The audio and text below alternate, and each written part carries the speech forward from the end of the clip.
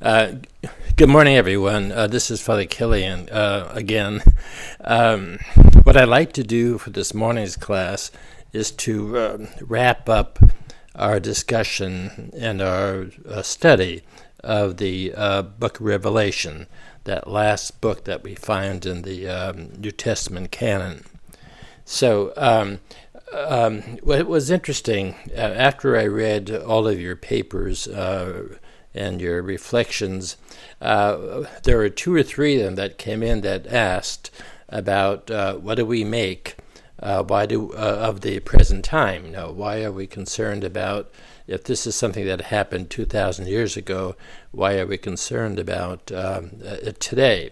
In fact, I'll actually quote one of your papers, and it says, I quote, "Why do people today try to link Revelation to present events or near future events?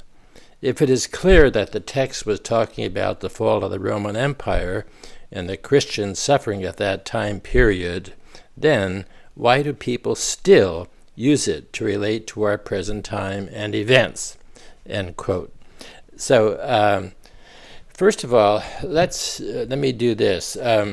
I think what we can assume about the book of Revelation itself, here are some of the assumptions historically. First of all, Christians were in fact suffering under the Roman Empire. And as we discovered from not only John's words in his Gospel of Revelation, but also in civil record, that the Emperor Domitian declared one religion in the empire, and that was to be emperor worship, and that all other religions were outlawed. So that made the early Christians either tempted to give in order to save themselves, or to hold fast, as John was encouraging them, to their new young faith in Christ. There was also, at the same time, many persecutions going on in the empire. There were many plagues, there were famines, all kinds of disasters and various wars. And I think what John has done is that he's incorporated some of those present-day sort of tragedies and sufferings and wars and battles into his text. It's sort of woven in there with other stuff as well. Another assumption is that John he was some form of a caregiver to this community. He was probably a bishop or a spiritual father. He seemed to have known pretty much about each of the 7 churches and the membership there, as you probably discovered in your reflection papers.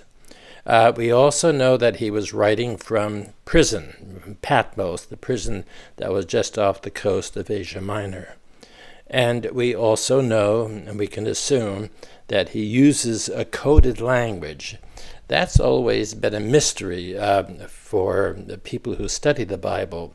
Why the coded language? Why what's sometimes known as underground language or symbolic language? Well, I think for a long time, most scholars will say, well, he was trying to conceal what it was that he was saying to his parishioners or to his people. And therefore, by using this coded language, he was assuming only they themselves, the recipients, would know what he was talking about. So, but I think it's a bit more than that. I think it wasn't simply just to conceal his message, but rather, and perhaps more importantly, to reinforce and to enlarge his message, to magnify the enemy, the destruction that would befall them, to enlarge the punishment that God would lay upon them and upon the empire, also to compare with past atrocities, such as the Babylonian experience that these people would have known about or would have been knowledgeable of. So I think the language itself and the extraordinary over-the-top imagery and symbolism that he uses was essentially to magnify his message to them, to make it larger than life. Also, the recipient of John's message would have been certainly familiar with the coded language itself, with all of the references to the Greek mythology that we encounter in that circular journey that John takes us on, and also the Hebrew apocalyptic imagery and symbols from Daniel, from Ezekiel, from Isaiah, that they have also been familiar with that as well. This suggests that the recipients were Jewish converts to Christianity. So I think that's what we can say. I mean, we can say, well, this book is essentially about the people who are suffering around the turn of the first century, just off the coast of Asia Minor, this young Christian community. We could say that's what the book is about, bottom line. Or another way of interpreting this book is sort of looking at it toward the future. So much of the book of Revelation points to what is to come, and maybe that answers the student's inquiry regarding why are we still talking about this today. Because so much that we find in the book of Revelation points to what is to come, the unseen predictions of the future, suggesting the final defeat of the beast, the whore of Babylon, the dragon, and the reign of Christ, and the reign and the triumph of the Lamb of God. And you've got that contrast. If you remember when I pointed out to you the 9 characteristics of the book of Revelation, and certainly there's that dualistic sort of notion. There's the good and the bad, the white and the black, the saints and the sinners, that sort of thing. And so that's basically what we have here in the personified in the dragon, the monstrous dragon, and the gentle and the young lamb, the conflict between the two. Many adherents of the apocalyptic book, Apocalypse, look for signs and events that might indicate that the time is near, the end is at hand. There are many Christians today who believe in a future, an end time when all true believers who are still alive, that is the 144,000, will be taken by God into paradise. This particular time event is known as the rapture. Proponents of the rapture might look to present-day events that would suggest for them that the end time is here. We have wars in Syria, we have the locust pestilence in Africa, destroying numerous acres of farmers' crops. There's political conflict in government. Just take a look at our present-day government and what's going on. People turning on one another, the coronavirus affecting thousands of people worldwide, possibly millions of people. The persecution of Christians, of minorities, of migrants, etc.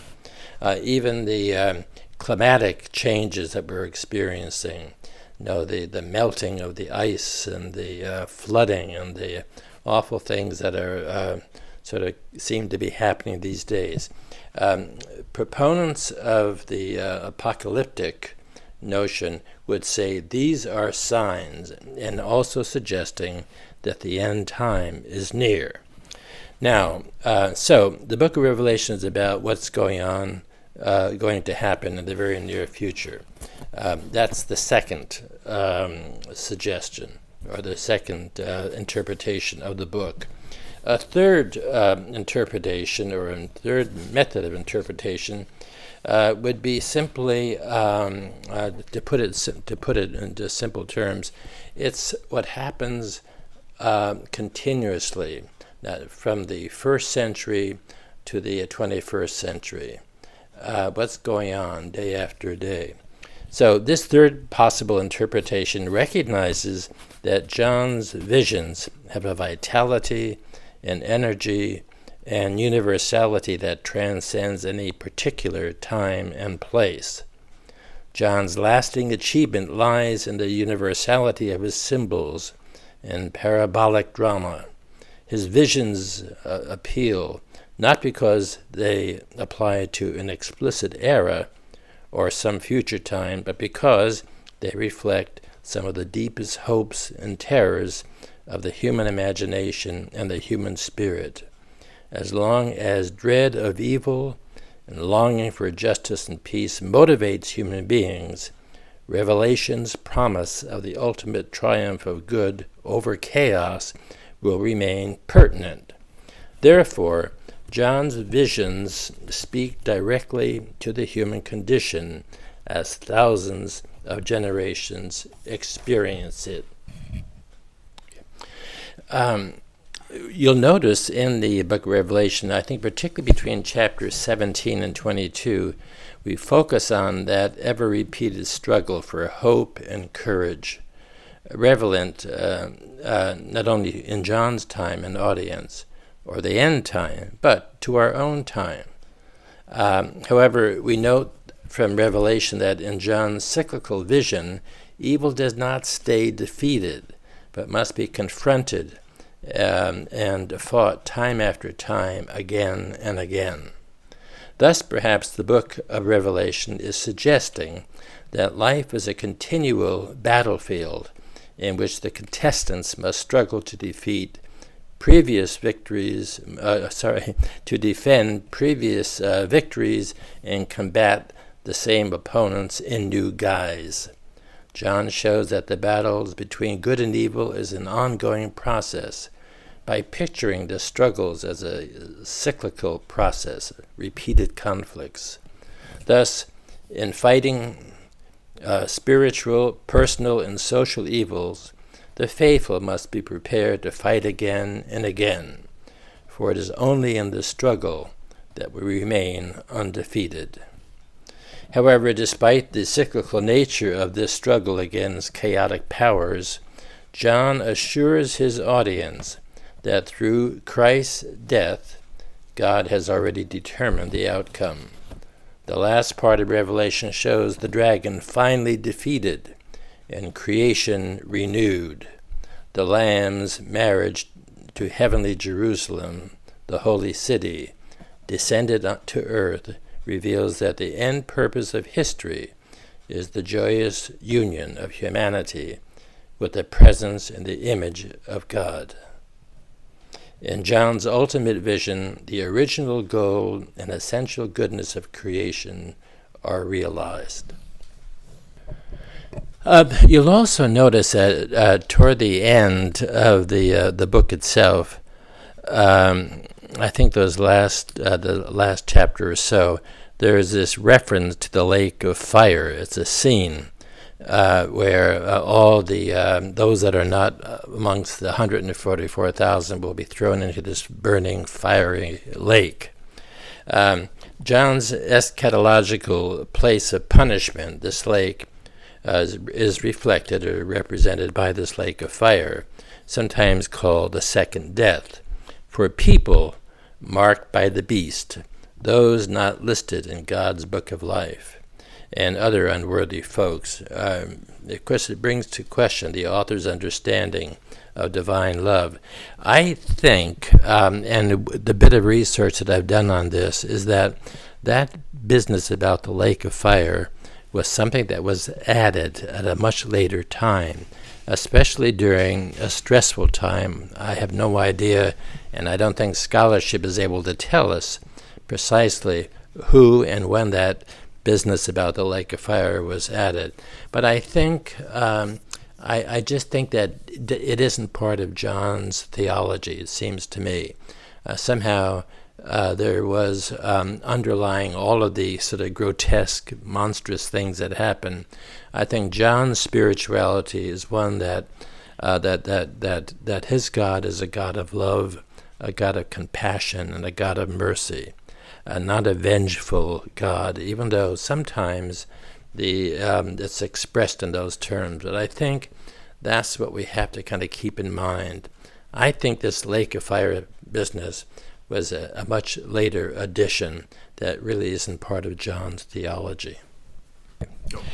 You'll notice I placed an image of the end time, or the time to come, on your screen, and it's the paradise that John had in mind, and the same thing with Isaiah. The prophet Isaiah talks about this wonderful period where everything would be at peace, and there would be no wars and no sadness or weeping. It would be a time of where even the lion shall lie down with the child, and the snake shall be not a danger. And so it's this wonderful, wonderful image, as you can see in some of the imagery you have here. But I would say, just by way of a conclusion, that the book of Revelation is essentially a book that offers hope. And and I think I would hope that you yourselves, each one of you, would have a chance to see that John had a heart full of hope that the future would bring much peace and joy to not only his people but to the whole world, and that what oftentimes helps this come about is our own kindness to others, our compassion, our willingness to be of service to others. In so many ways, I think St. Benedict had this passage in mind as well, that we have an obligation and a call as human beings to be of service to each other, to be kind to one another, to be compassionate, and to be looking out for each other.